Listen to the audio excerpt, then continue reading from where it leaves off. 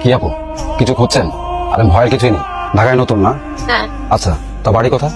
বান্দরবান। ঢাকায় কেউ থাকে না? না। আচ্ছা সমস্যা নেই, ঢাকায় প্রতিদিন অনেক মানুষ আসে, এসে আপনার মতন এই ঠিকানা খোঁজ করে, কেউ কেউ পায় আর কেউ হারিয়েও যায়। মানে? মানে কিছুই না, আপনি একদম ঠিক জায়গায় আসছেন। আপনার যে ঠিকানা লেখা আছে তার পাশেই আমার বাসা। আপনারটা হচ্ছে 2 নাম্বার গলিতে আর আমার 3 নাম্বার। চলেন আপনাকে আমি এগিয়ে দিয়ে আসি। ভাইয়া আমি চলে যেতে পারবো, আপনি আমাকে অ্যাড্রেসটা বলে দেন, আমি রিক্সা নিয়ে চলে যাই। ঢাকায় নতুন আসছেন তো তাই ঢাকার ভাবচক্কর এখনো কিছু বুঝতে পারছেন না। ঢাকা শহরে ফ্রিতে একটা গাছের পাতাও না। আর শোনেন আপু, ওই রিক্সা নিয়ে যাবেন বললেন না, যখন রিক্সাওয়ালা জানবে যে আপনি ঢাকা শহরে কিছুই চেনেন না তখন অযথায় আপনাকে ঘুরাবে। শোনেন আপু, এখান থেকে মাত্র 5 মিনিটের রাস্তা, চলেন তো আমি আপনাকে দিয়ে আসি, চলেন। এটা আপনার হোস্টেল। Thank you. আর এটা আমি কখন বললাম আমার টাকা লাগবে? আপনি এত কষ্ট করে আমাকে এখানে নিয়ে এলেন, টাকা নিবেন না? না, নিব না।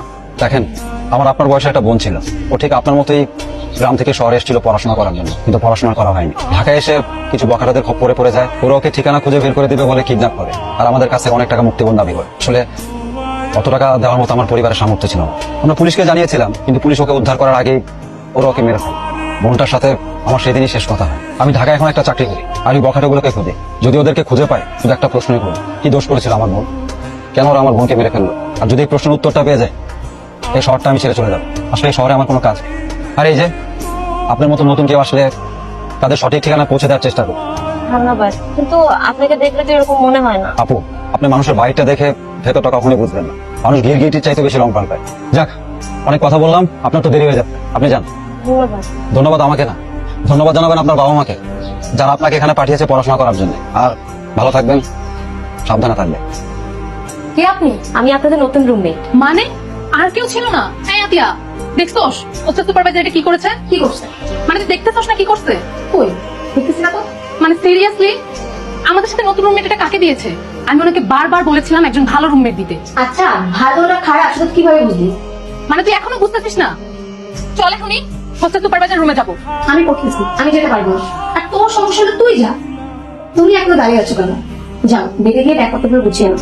আর তুমি যে ওটা দেখছো তখন হচ্ছে তোমার ব্যাগ। এই সুপারভাইজার নামে আমি কমপ্লেন করবো। আমাকে বলে কিনা আমার সমস্যা থাকলে আমি যেন বের হয়ে যাই। মানে নতুন একটা মেয়ের জন্য সে আমাকে অপমান করলো। কি রে, তুই কি এখন চুপ করে থাকবি? এই যে দেখেন, আপনি এই রুমে আসছেন ভালো কথা, কিন্তু এখানে বেশি দিন থাকা যাবে না। আপনি সুপারভাইজারকে বলে অন্য রুমে চলে যাবেন, আর না হলে আমি থাকবো না এখানে। মা করো কি রে কাকুন? তো নতুন রুমমেট? হ্যাঁ। কোন দেশে এটা? চাইনিজ না জাপানিজ? আর এতক্ষণ কোন দেশের ভাষায় কথা বলতেছে? আই মিন বড়াপু কি বলছে শুনছো না?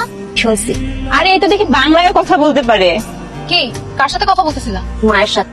তো কি মায়ের কাছে কমপ্লেন? না ঠিক মতো পৌঁছাইছি সেটা জানালাম। তুমি তো এতক্ষণ চাইনিজ ভাষায়